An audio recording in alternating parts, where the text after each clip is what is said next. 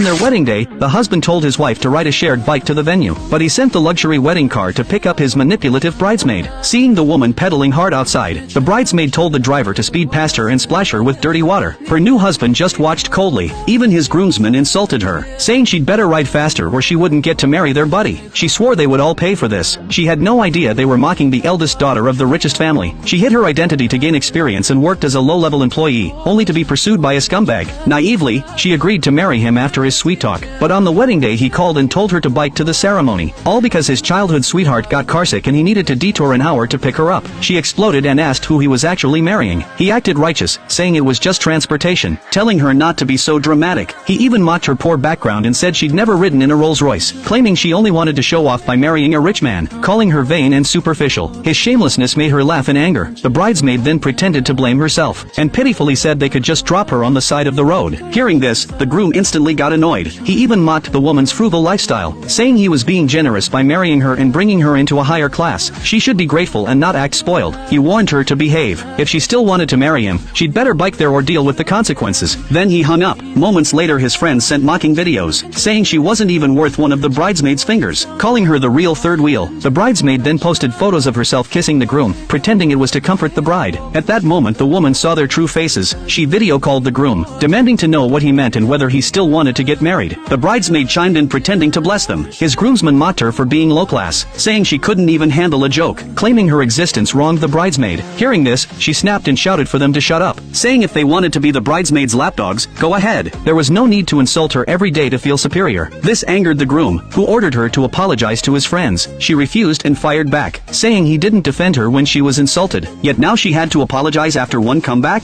The groom said the bridesmaid had a pure heart since childhood and wasn't like her someone scheming and raised in the slums. He claimed her words deeply hurt the bridesmaid, and angrily told her to apologize immediately. If she didn't sincerely apologize, there would be no wedding. She immediately agreed, not knowing he'd soon face karma. After hanging up, she took a photo and sent it to her wealthy family group, inviting them to attend her wedding on shared bikes. The whole group of young heirs was stunned, but since their little princess asked, they had to follow. Heartbroken, she tossed her bouquet and walked away. The heirs even canceled billion-dollar projects to join her, riding shared bikes straight to the venue. Just as she was about to leave on her bike, the young heir who had secretly loved her for 10 years messaged her, so she came up with an idea and said she'd marry him if he'd bike there to propose. When she got up to leave, she realized the wedding dress was restricting her. She remembered choosing dresses earlier. Her fiancé ignored her preference for a short dress, but obeyed everything the bridesmaid said. He thought she was from too small a family to look presentable, and the bridesmaid designed a dress highlighting all her flaws, deliberately having it delivered only the day before so she couldn't alter it. But now she didn't care anymore. She ripped off the cumbersome skirt and threw it aside, then got on the bike to head to the venue. Sitting comfortably in the wedding